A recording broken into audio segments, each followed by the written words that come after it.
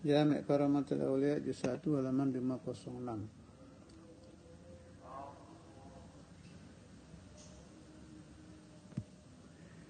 إذ الترقي في الآخرة لا يكون إلا في أعمال حصلها المكلف هنا ولو في البرزخ على ما في قصة ثابت في قبره على ما قدمنا.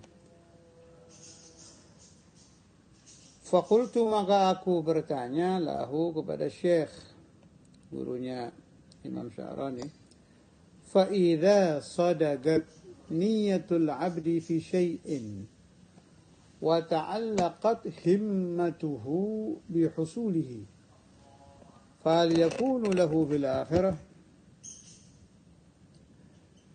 Kalau ada seorang hamba hatinya itu betul-betul berniat mendapatkan sesuatu. Contoh, ada orang pingin jadi orang yang sampai ke derajat wasil ilallah, orang yang sampai kepada Allah, sampai ke derajat arif billah. Sedangkan di alam dunia itu dia baru kepingin, tapi serius kepinginnya, dikejar betul. Dia belajar, dia tirakat, dia bersihkan hati.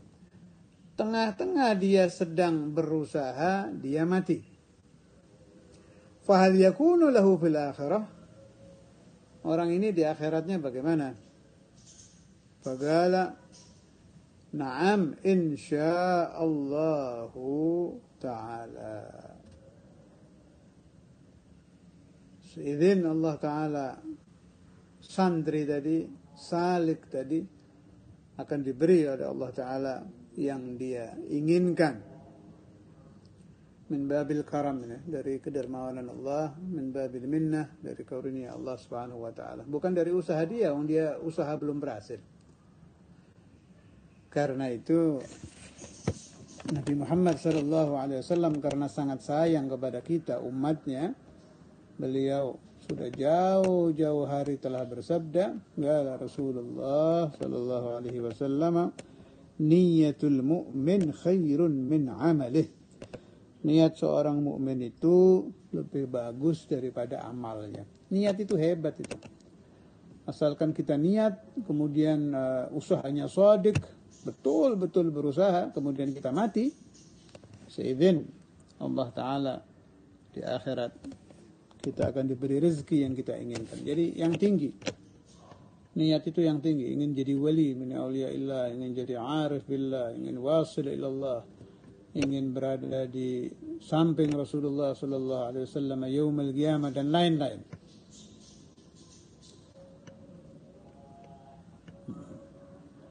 Kama anna man mata qabla al-fathi alaihi fi tariqil qaumi yurfa'u ila mahalli himmatih.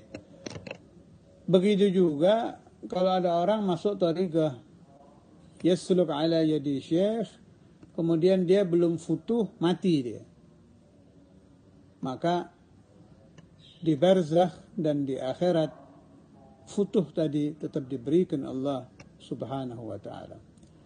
Makanya tidak ada ruginya orang masuk tariqah, tidak ada ruginya orang tirakat, tidak ada ruginya orang niat dan shadiq di dalam niatnya, tetap akan diberi oleh Allah Subhanahu wa Ta'ala. Wallahu a'lam. Lanjutkan tafsir Tajul Muslimin ayat 127. A'udzu billahi minasy syaithanir rajim. Bismillahirrahmanirrahim. Wa idh yarfa'u Ibrahimul qawa'ida minal baiti wa Ismailu. Nah, ini mulai doa Nabi Ibrahim ini. Rabbana taqabbal minna innaka antas samiul alim. Doa ini di umat Nabi Muhammad juga terkenal ini doa. Rabbana taqabbal minna innaka antas samiul alim. Jadi silsilahnya, isnadnya doa ini berasal dari Sayyidina Ibrahim. Wa idh, dan ketika yarfa'u, mengangkat siapa Ibrahim, Nabi Ibrahim, al-qawa'ida, minal bait. Al-bait baitullah, yakni Ka'bah.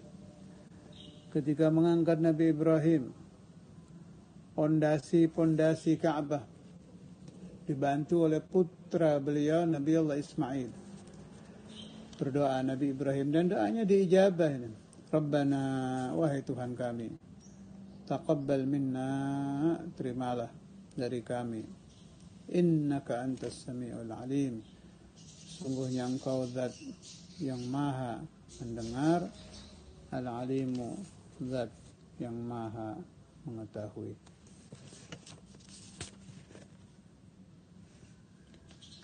Rabbana, wahai Tuhan kami, waj'alna, jadikanlah olehmu kami, muslimaini, dalam keadaan dua orang yang pasrah, laka kepadamu.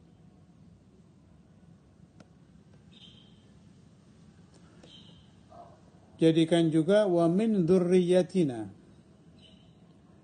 dari keturunan kami, ummatan, umat, muslimatan, yang tunduk pasrah laka kepadamu. Wa arina, dan semoga engkau Allah memperlihatkan kepada kami manasikana, manasik kami, peraturan ibadah.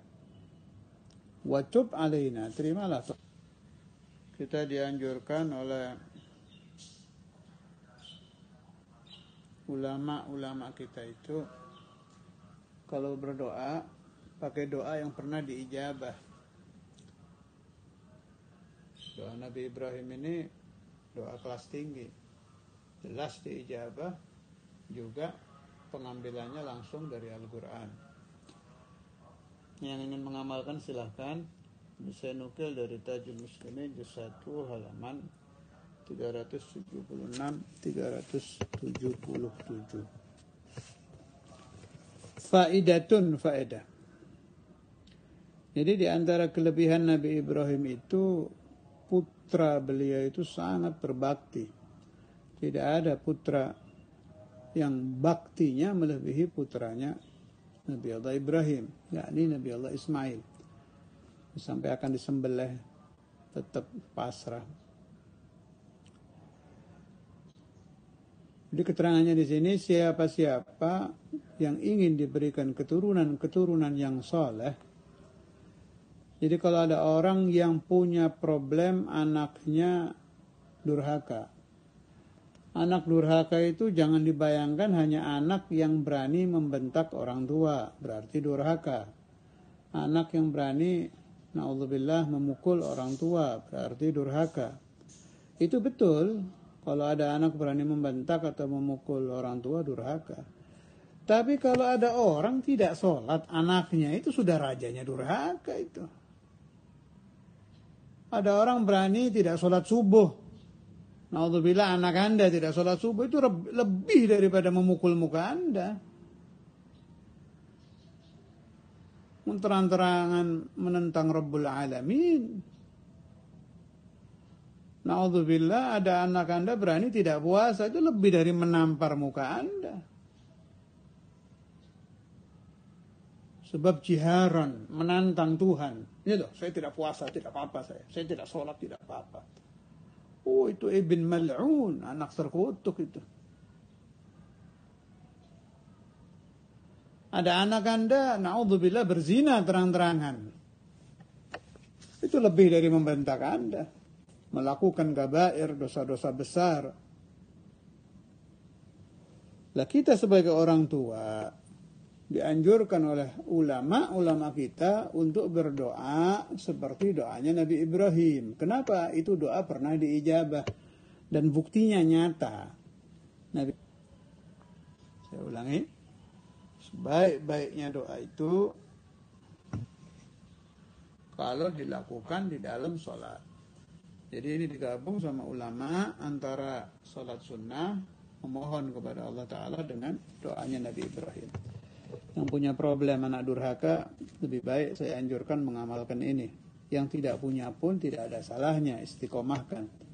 Supaya anak kita dijadikan anak-anak saleh, dijadikan anak-anak yang berbakti kepada Allah, berbakti kepada Rasulullah SAW, dan berbakti kepada orang tuanya. Ini keterangannya, siapa yang rutin mengamalkan kaifiyah ini, putra-putranya, keturunannya akan dijadikan keturunan dan putra yang saleh, yang barakah, dan tambahan hidupnya enak, tidak kekurangan sandang pangan. Salatnya 4 rakaat, tiap 2 rakaat salam. Jadi 2 rakaat salam, bangun lagi 2 rakaat lagi.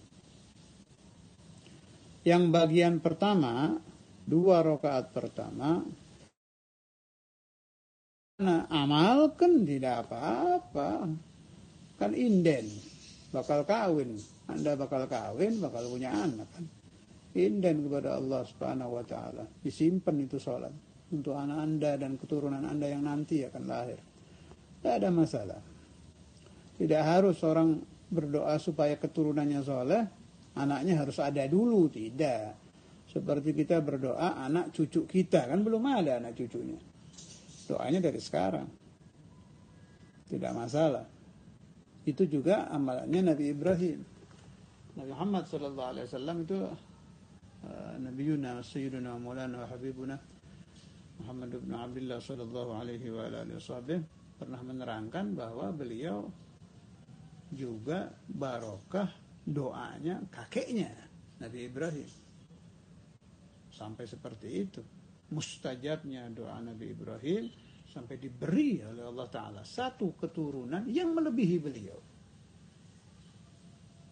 Jadi bisa kita memohon, ya Allah, jadikan anak cucu saya nanti lebih baik dari saya, jadikan anak cucu saya lebih khusyuk sholatnya dari saya, jadikan anak cucu saya lebih bersih hatinya dari saya, jadikan anak cucu saya rezekinya lebih halal, gampang, barokah, lebih dari saya. Itu bisa. Meskipun Anda belum nikah, tidak ada masalah, kerjakan saja. Bagian pertama,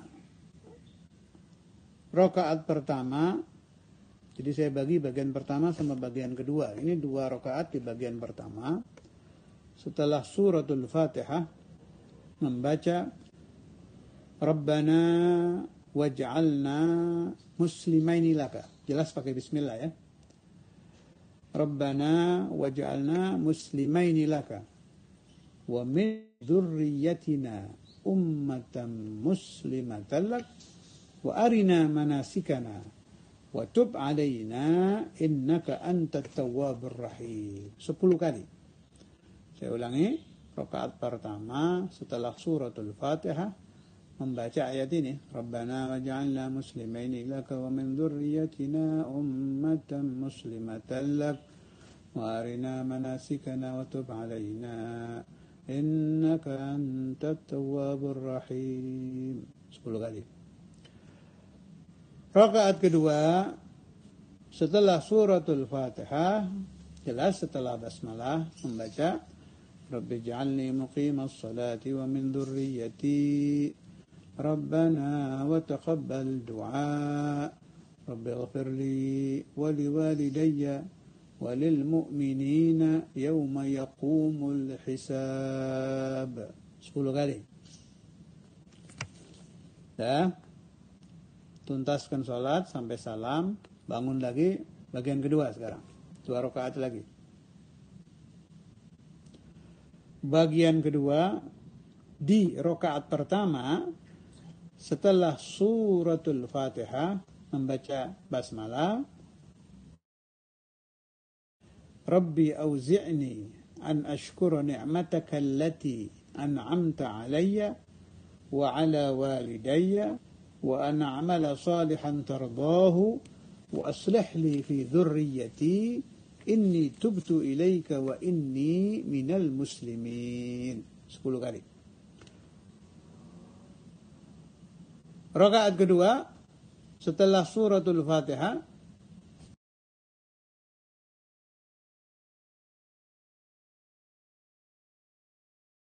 setelah suratul Fatihah membaca Rabbana hab lana min azwajina wa dhurriyyatina qurrata a'yun waj'alna lil muttaqina imama 10 kali. Kemudian selesaikan salat, setelah salam baca Rabbana lagi.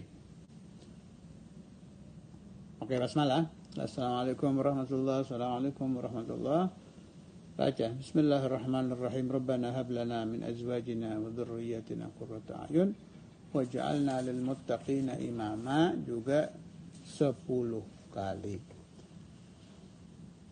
Kalau bisa ini dikerjakan setiap malam. Waktunya setelah Isya sampai subuh, terserah. Mau jam berapa aja boleh. Yang tidak mampu setelah Isya, setelah Maghrib juga tidak apa-apa. Tapi yang bagus nisful lail. Nisful lail itu pendapat ulama macam-macam. Ada yang bilang jam 9 malam ke atas sudah nisful lail, 9 malam istiwa ya. 9 malam istiwa berarti kalau wibnya setengah 9. Ada yang bilang 12 malam istiwa, jadi kalau wibnya setengah 12. Tapi yang terbagus 1 jam sebelum subuh. Itu ahsanul awqat itu untuk doa-doa. Akhir dari nisful lail. Kalau tidak mampu setiap malam, boleh dikerjakan setiap Lailatul Jum'ah saja. Keterangannya ulama di sini, siapa-siapa yang istiqamah mengamalkan ini, insya Allah nanti anak-anaknya, cucu-cucunya, keturunan-keturunannya yang menata langsung Allah. Saya ulangi, ini saya baca, ini bukan kata saya nih, ini sedang saya baca kitabnya di depan saya. Siapa-siapa yang merutinkan sholat ini, kalau bisa setiap malam, tidak mampu setiap Lailatul Jum'ah, insya Allah yang menata putra-putrinya, cucu-cucunya, dan keturunannya langsung Allah Subhanahu wa Ta'ala. Akan ditata oleh Allah Ta'ala. Masalah agamanya, ibadahnya, ma'isyahnya, semua akan dibikin gampang, halal, barakah. Kalau Anda kadang melihat keluar itu kok anaknya baik-baik ya. Yang satunya lagi dia belajar ke pesantren dekat dengan kiai, dekat dengan habib, tapi anak-anaknya kok tidak beres. Mungkin ada apa-apa di situ. Salah satu cara yang kita diajarkan oleh para ulama, kalau malam menangis kepada Allah Ta'ala, meminta supaya anak cucu kita dijadikan orang-orang soleh. Jadi jangan kita itu sok kuat gitu. Saya sudah naruh anak saya di pesantren, pasti baik. Saya sudah meletakkan anak saya di madrasah, udah pasti baik. Ini kayak kamu Tuhan saja. Itu bagus, kasab ikhtiar, memasukkan anak ke madrasah, memasukkan anak ke pesantren, itu ajib, bagus, tepat. Tapi tolong diingat, itu kasab ikhtiar. Ada lagi yang lebih penting, kamunya harus menangis kepada Allah Subhanahu wa Ta'ala setiap malam, bercucuran air mata, memohon kepada Allah Subhanahu wa Ta'ala, Rabbana hab lana min azwajina wa dhurriyyatina qurrata a'yun waj'alna lil muttaqina imama. Amalkan doanya Nabi Ibrahim. Ini doa dulu diijabah oleh Allah Ta'ala. Jadi kalau kita niru-niru doanya Nabi Ibrahim, tidak mungkin tidak dikasih. Allah Ta'ala itu terlalu dermawan. Insya Allah pasti akan dikasih. Asalkan istiqamah, khusyuk, hadirkan hati. Sebab yang harus menjadi orang baik bukan hanya Anda. Anak-anak Anda juga harus, cucu juga iya, keturunan ini yang penting ini. Sebab keturunan kita akan menghadapi zaman yang lebih busuk dari zaman kita. Keturunan kita akan menghadapi masa yang lebih jelek dari masa kita. Itu sudah sabda Nabi, kata Rasulullah SAW, kullu amin antum turdadun. Setiap tahun kalian tambah menurun, tambah menurun. Wa Rasulullah SAW, la ya'ti alaikum amun illa walladhi ba'dahu syarrun minhu hatta talqaw rabbakum, atau kama qala Rasulullah SAW. Tidak datang satu dayati alaikum amun wala yaumun. Tidak datang kepada kalian 1 tahun atau 1 hari kecuali yang setelahnya lebih buruk dari tahun kemarin, dari hari kemarin, sehingga kalian berjumpa dengan Allah Subhanahu wa taala. Atau kama qala Rasulullah sallallahu alaihi wasallam, Rabbana hab lana min azwajina wa dhurriyyatina qurrata a'yun waj'alna lil muttaqina imama. Rabbana hab lana min azwajina wa dhurriyyatina qurrata a'yun waj'alna lil muttaqina imama. Rabbana hab lana min azwajina wa dhurriyyatina qurrata a'yun waj'alna lil muttaqina imama. وإلى روح سيدنا إبراهيم الخليل وإلى روح سيدنا إسماعيل وإلى أرواح جميع الأنبياء والمرسلين وخلفائهم وإلى أرواح جميع أوليائك وأنبيائك ورسلك وإلى حضرة النبي. الفاتحة.